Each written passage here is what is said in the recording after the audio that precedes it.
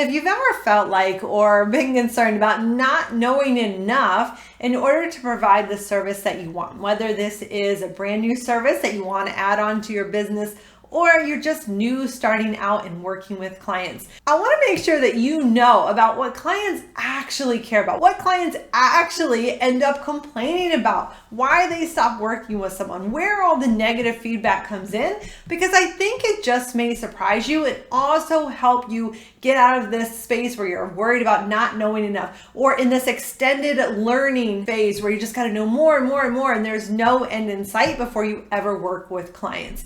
And I first started talking about this at least 7 years ago now, because I know too many of us get hung up on not knowing enough. So I'm not suggesting here by any means that we shouldn't actually take time to learn a skill, to develop it, to make sure we can get results with it. But we got to find the balance between being able to do that and then just getting stuck in this phase that we can't get out of. And so I ended up coming across this blog post by Orbit Media, and it really lined up with what I've been saying here. And they had this graph that I wanted to show you, because what they did is this wasn't some scientific study or anything, but what they have done is they pulled together a list of complaints and they divided those complaints into 3 categories.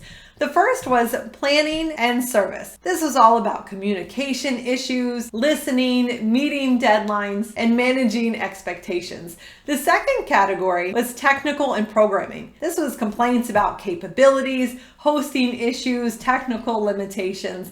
And then the third category was design. And this is the design not really aligning with the brand or overall not having a good look. And what they found was that the vast majority of these complaints were not actually about design or technical issues or the actual work itself. It had to do with service and communication. So this is what I've been stressing for so many years. It is so incredibly important for us to know the skills that we need to provide a service. But the vast majority of it comes down to communication. It comes down to setting those expectations with clients. So a lot of the complaints that they reported hearing were about non-responsive or just disappearing providers.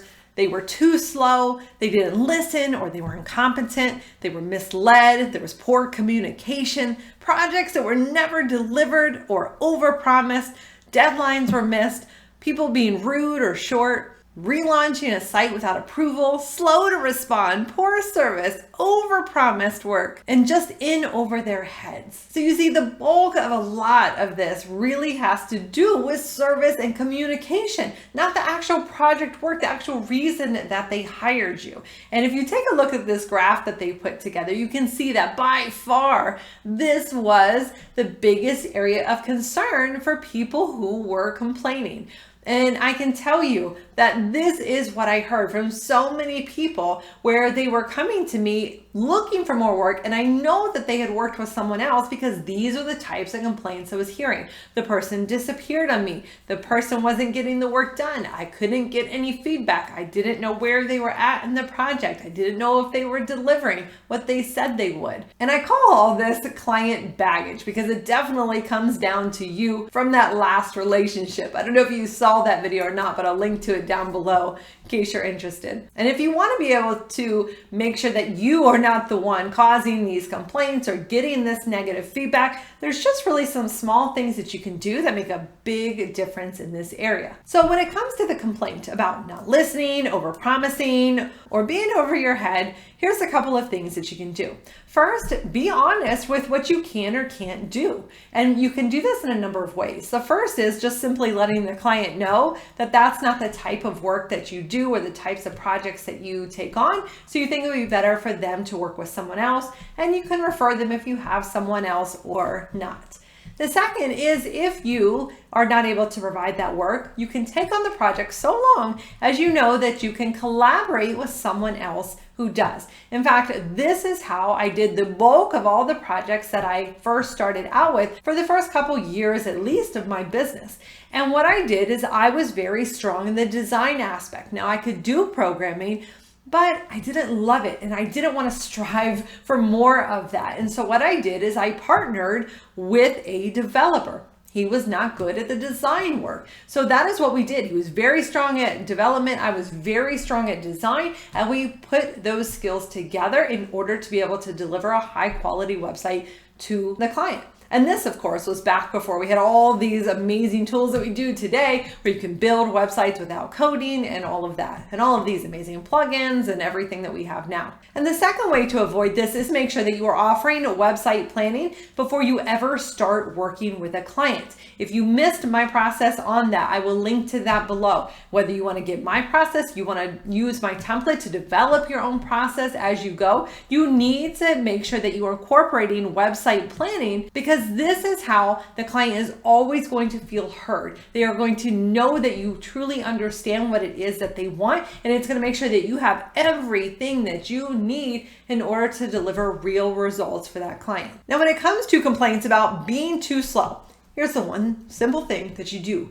No matter how well tweaked you think your process is, or exactly if you know how long you'll need, you plan for extra time when you give the client your data. This is when we're gonna wrap this up. This is where we will be able to deliver for you. Add on some extra time, because you never ever know what is gonna happen. Best case scenario, you deliver earlier.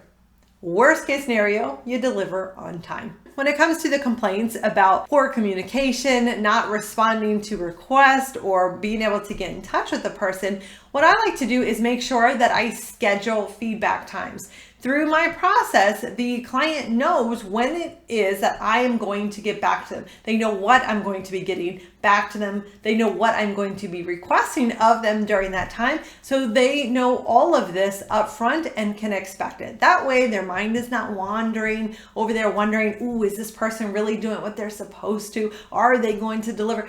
They have seen the process. They know my feedback. I also let them know what days and times I will be responding to emails, I will be responding to calls, and I remind them that, well, I'm working and I cannot stop every time the phone rings or every time I get an email, because I am not going to be able to deliver high quality work. In order to be able to get back to you as quickly as I can and deliver high quality work, these are the days or times that I check my emails, I check my messages, and I respond. So you can always expect a response from me at that time. Just make sure you do it. So all of these things, they're not huge, but these are the small tweaks that you can do to make sure that you really have a better communication system with your client, so that they feel heard, they know that you're going to do what you say you're going to do, and that you are addressing their needs. They're feeling heard. And by doing even these few things, you are going to drastically reduce the amount of complaints that you'll receive, any negative feedback that you're going to receive, so you don't end up on that chart we looked at. Make sure to check below for a few links. I'm going to leave you with some resources related to this. If you want to dive in deeper, you want to get better at client communication so you can really improve that aspect of your business. Because if you have client communication down, it is really going to overall help you in your business. And that is what people are going to tell other people they know about. So when it comes to referring you, that is definitely going to help as well. Thank you so much for spending your time here with me. I'll catch you in the next one.